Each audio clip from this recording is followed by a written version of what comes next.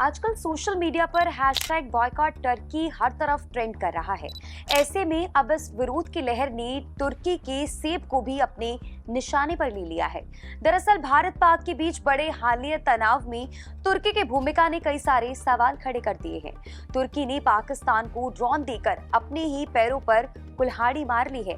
ऐसा इसलिए कहा जा रहा है क्योंकि अब हैशटैग बॉयकॉट टर्की की लहर में देश भर के व्यापारियों की ओर से तुर्की से आयात किए जाने वाले सामान का बायकॉट कर उसे जवाब देने का ऐलान किया गया है। इसी बीच मुंबई जैसे बड़े शहरों में व्यापारियों ने तुर्की से आयात सेब बेचना पूरी तरह से बंद कर दिया है। पुणे के फल बाजार में तुर्की के सेब का वार्षिक आयात लगभग 1000 से 1200 करोड़ रुपए का है। अब इसके बाद लोग तुर्की के सेबों की जगह अन्य देशों और भारत के सेब खरीद रहे हैं। यह व्यापारियों का कहना है कि यह सेना और सरकार के साथ एकजुटता दिखाने का हमारा तरीका है। अब विक्रेता हिमाचल, उत्तराखंड, ईरान और अन्य स्थानों से सेब खरीद रहे हैं। वहीं लोगों की ओर से भी तुर्की के सेबों को खरीदना बंद कर दिया है।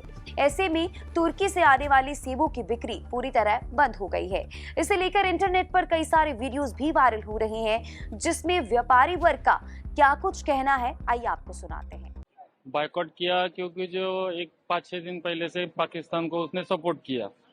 टर्की का अपना कुछ भी नहीं था। इंडिया का और टर्की का ऐसा कोई ये नहीं था।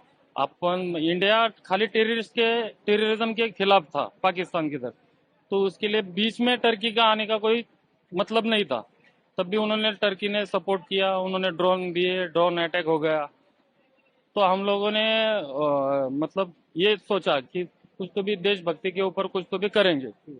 और हमारा ग्राहक जो है, रिटेलर ग्राहक, डेली इसके हमारे ऐसे 1000 बॉक्स पुणे मार्केट में बिकते हैं। तो 1000 बॉक्स का पहले फिर 800 हो गए, 700 हो गए, 600 हो गए। फिर हमने सोचा ये कैसे क्या हो गया। तो जो रिटेल कस्टमर है, जो छोटा कस्टमर है, उसने वही मतलब वो लोगों को बोल रहा है कि मेरे को टर्की का एप्पल नहीं चाहिए। तो हमने सोचा यार ये रिटेल कस्टमर बैन कर रहा है, बायकॉट कर रहा है, तो अपन भी करेंगे। तो इसकी वजह से हम लोगों ने भी बायकॉट करना चालू कर दिया इधर पुणे में। अभी कल भी हिमाचल गवर्नमेंट में भी अपना ही रेफरेंस देके उन्होंने बोला कि हिमाचल में भी बायकॉट करे Turkey Apple. Sir, Turkey Apple का कितनी खपत है और हर साल कितना होता था, और ये बॉयकॉट और ये जो जब से भारत पाकिस्तान का शुरू हुआ तो कितना परिणाम हुआ है उसके बारे में? ये टर्की एप्पल का कैसा होता है, 3 महीना सीजन होता है। जब अपना हिमाचल कश्मीर का एप्पल नहीं होता तो उस टाइम पे ईरान खत्म होने के बाद टर्की एप्पल चलता है 3 महीना। तो 3 महीने में इसका कम से कम 1200 से 1500 करोड़ रुपए का टर्नओवर होता है। एप्पल हो गया, चेरी हो गया, प्लम।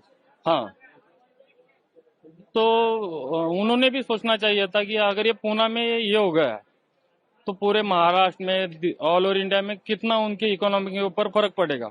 टर्की ने ये सोचना चाहिए था। और टर्की की मतलब अर्थक्वेक हुआ था टर्की में, आपको याद होगा।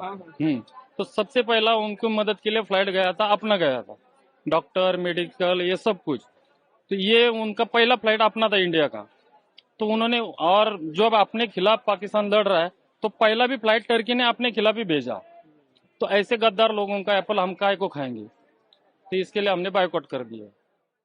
ऐसे में अब हमारे देश में सीधा असर तुर्की की आर्थिक स्थिति पर पड़ेगा।